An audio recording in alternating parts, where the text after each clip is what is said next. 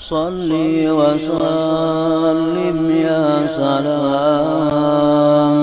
ala nabi khairil anam wal ali wa.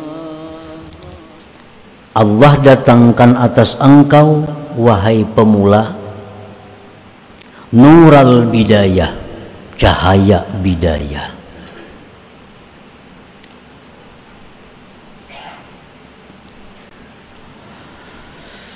Agar engkau dengan cahaya bidayah itu berhadap atas Allah dengan hati dan tubuh engkau sesudah engkau selama ini berpaling kepada Allah. Agar engkau dengan cahaya bidayah itu tobat kepada Allah sesudah bahwa engkau selama ini maksiat kepadanya,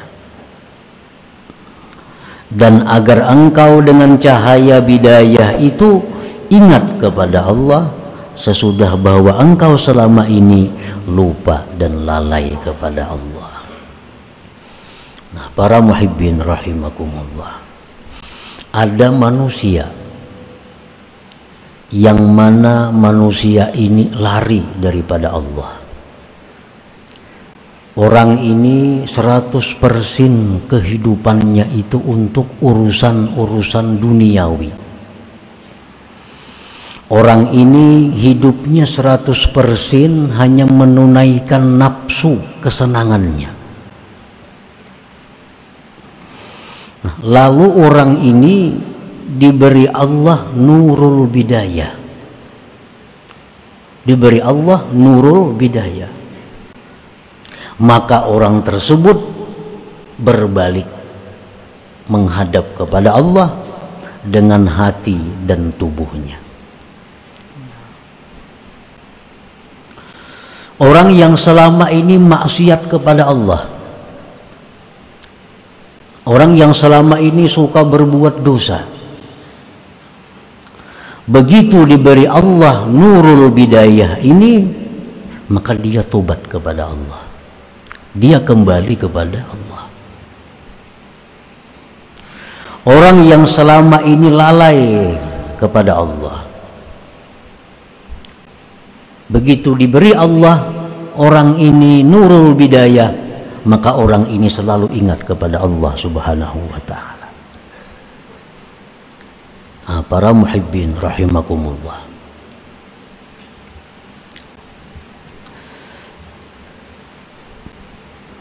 apa yang dijelaskan oleh musannif pengarang ini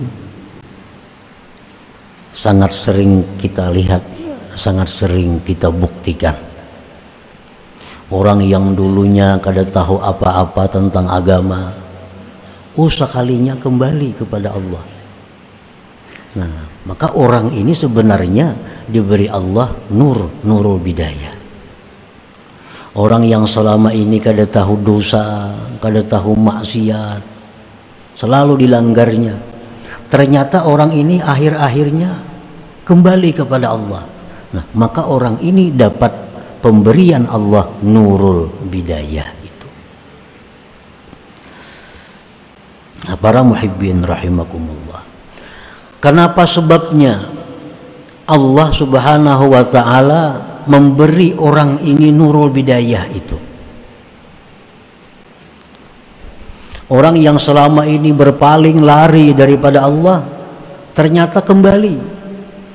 Kada disangka-sangka, kalau melihat kelakuannya dahulu itu kada menyangka. Sekali wahini ya i'tikaf di masjid, menuntut ilmu. Kalau dahulu jangankan ke masjid, tiba-tiba orang ini dapat nurul bidayah dari Allah.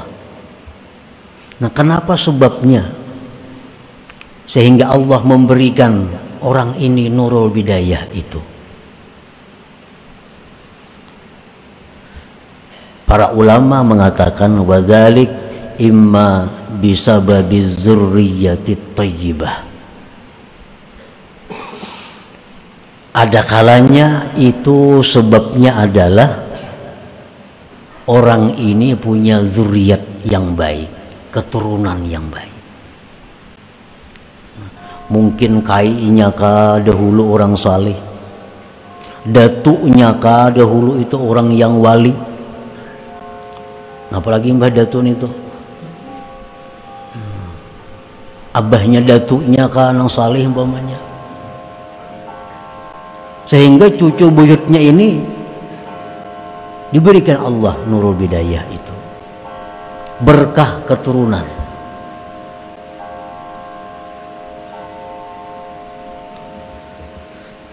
Allah Subhanahu wa ta'ala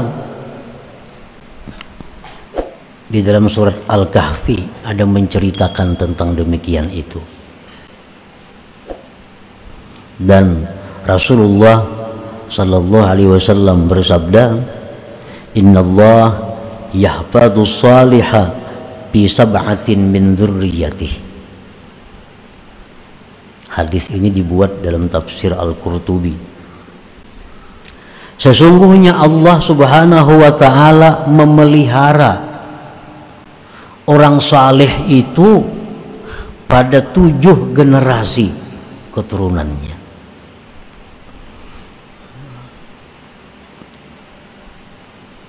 Nah, jadi berkat keturunan itu, berkat nenek moyang bahari itu, bisa cucunya yang selama ini berpaling lari dari Allah dapat nurul bidayah ini, akhirnya kembali taat, kembali patuh kepada Allah Subhanahu wa ta'ala.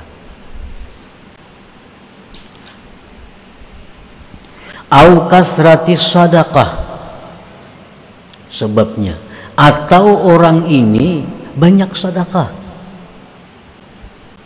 Orangnya ini sembahyang, kadetapian sembahyang, perbuatan maksiat komplit bilang semuaan dilakukannya. Tapi orang ini ada sebuting bagusnya ketujuh bersedekah. Nah, ini ketujuh bersedekah. Padahal amun pekerjaannya, gawiannya kada kawa dilihat. Cuma orang ini pemurah. Nah, berkat pemurahnya itu, orang ini di akhir-akhirnya bisa diberi Allah nurul bidayah, sehingga dia begitu akhir-akhirnya kembali kepada Allah Subhanahu wa ta'ala sesudah sekian lama menjauh dan lari daripada Allah. Rasulullah sallallahu alaihi wasallam bersabda, tajapau an dzambis sakhi fa innallaha akhidun biyadihi kullama asar. Ujar Nabi kita, merengganglah kalian daripada dosa orang pemurah. Artinya, kalau orang tuh pemurah berbuat dosa, jangan dituruti, jangan hendak dituruti. Karena orang pemurah itu Allah yang memegang tangannya. Sewaktu-waktu Allah bisa mengangkat dia dari ketergelincirannya itu. Jadi kalau ada orang pemurah berbuat dosa, menjauhlah kamu. Jangan dikritik, jangan disambati, apalagi dituruti. Karena orang pemurah ini mudah dan cepat ditarik oleh Allah kembali ke jalan yang benar.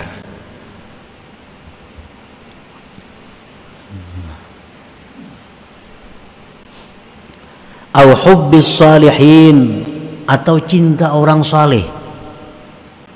Orang ini kelakuannya luar biasa, maksiat semuaan hampir dilaksanakan, diperbuatnya. Ibadah-ibadah orang ini lalai. Cuma orang ini ada satu kelebihannya, dia ini hubbus salihin, cinta kepada orang saleh. Ini kalau urusan orang saleh kemana aja didatanginya. Ada dengar di situ ada orang salihin, diilanginya. Ada dengar orang-orang yang mulia, didatanginya. Dia cinta kepada orang saleh. Nah, satu saat kecintaannya kepada orang saleh ini membawa berkah kepada dirinya untuk menarik datangnya nurul bidayah, cahaya petunjuk yang pertama itu kepada dirinya.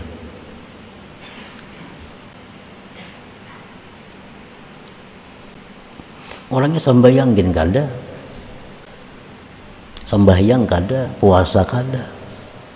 Tapi kalau orang saleh maka menyuruhinya kemana aja nyakun. Di mana ada orang saleh, kuburnya didatanginya.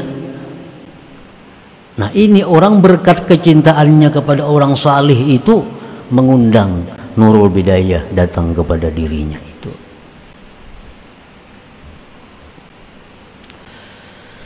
Awil ilim atau ilmu.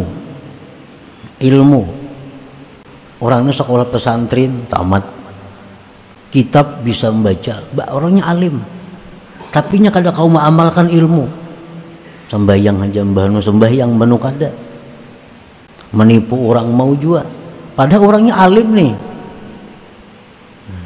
Nah satu saat berkat ilmu yang ada pada dirinya itu bisa mengundang datangnya nurul bidayah kepada dirinya. Rasulullah sallallahu alaihi wasallam bersabda, ittaqu zallatal alim wantaziru fai'atah. Ujar Nabi, takutilah ketergelinciran orang alim itu. Kalau orang alim itu ada berbuat dosa, orang alim ada berbuat salah, hati-hati. Nah, tunggunya kita kembali aja kepada jalan yang benar berkat ilmu yang ada pada dirinya itu. Karena orang alim ini bagaimanapun alimnya kada ada jaminan kada berbuat dosa. Yang dijamin kada berbuat dosa itu hanya para anbiya, para rasulullah, orang-orang yang maksumin. Dan jangan aneh kalau ada orang berbuat dosa. Dosa apapun yang dilakukan seseorang, jangan kita takjub, jangan aneh. Nya minum arak tadi, mbah minum araknya bezina, mbah bezina bunuh orang pulang, mbah itu mati. Nah, jangan aneh. Kenapa sebabnya jangan aneh?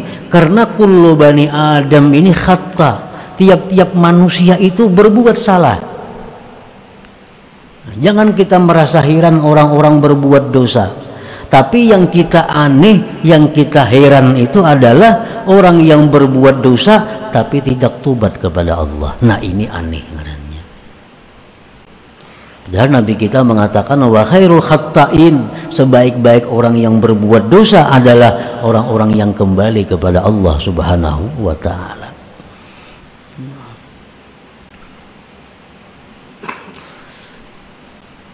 Au du'a'is salihin, atau karena doa orang saleh. Karena doa orang saleh. Nah, ini orang ini maksiat sudah luar biasa. Cuma nang kuitan nang abah ini rajin. Ada orang saleh nah doakan anak ulun si anu ngarannya. Ada terdengar orang saleh doakan anak ulun si anu kalakuannya kada kawa diurus. Ada terdengar orang saleh nah abah ni ka situ kamari mintakan banyu, minta doakan kepada orang saleh. Nah akhirnya ini bisa mendatangkan nurul hidayah, nurul bidayah kepada orang tersebut.